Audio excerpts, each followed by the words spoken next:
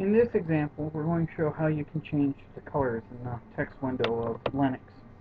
For example, if you do an ls of the etc directory, you'll see that we've got the directories here in dark blue, and we have the executables in a green color. And for some people that may be harder to see. So what we're going to do is we're going to reconfigure Linux so that we can actually have different colors. This is done by using the command dir colors. And in this case, if we use the switch print dash database, we can redirect this out to an output file. Now traditionally, you can name this whatever you want, this output file, but traditionally we call it dir colors. Now I've got it in my local directory here, and if you look at this file right now, what you see is that we have inside here various settings and information for the various colors and stuff we're going to go down to. And as you can see, we actually have all the colors listed here, so you know how to set up the bold and the various colors. What we want to do is we want to look at the dir here, the dir for directory, and you see that we have 34. And if you look at the 34 up here, that's this blue. Whereas if I would change this to 33, I can deal with the directories in yellow now. So if I use lowercase r for replace and then hit the character 3, I've now just replaced it. So I can actually now write the file. Now the file won't necessarily do me good here because not the whole entire system can see it since it's in a local login directory. So what we're going to do is we're going to sudo this, and then we're going to move it to the etc directory. Okay? And we take the file name we got here, dir colors, and then we're going to move it to the etc directory. Now I have that file up there. So if I look in the etc directory, you'll see that I can see the dir color file there under the capital D's.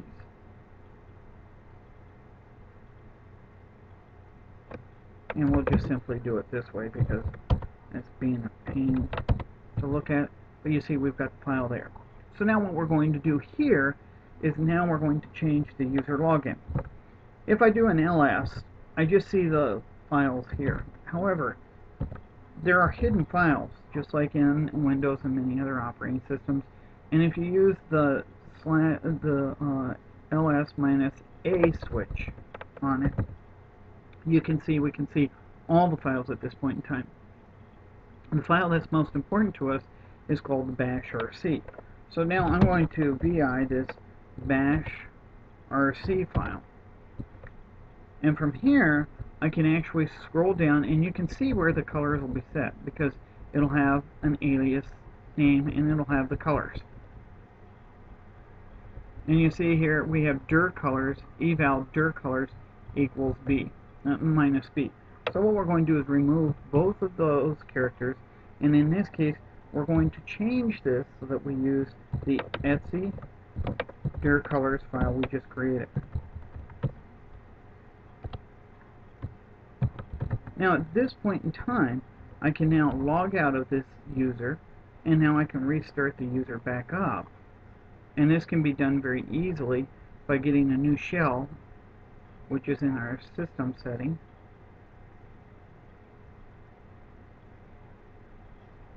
And then I grab a new terminal. Now this time when I log in, I have a new terminal here.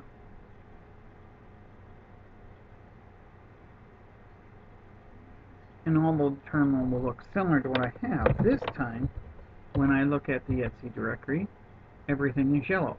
Now I can do the same thing for the root user. So what I'm going to do is I'm going to su myself to the root user. I'll type in the password.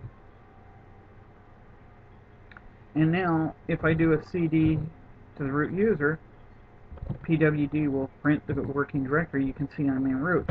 Again, if I do this, you'll see that we have the same bash rc. Now I'm going to edit that same bash rc file as I did before. Now this one looks a little different in some respects because it's root. But as we come down here, you'll see that we have the same dir color eval here. Okay.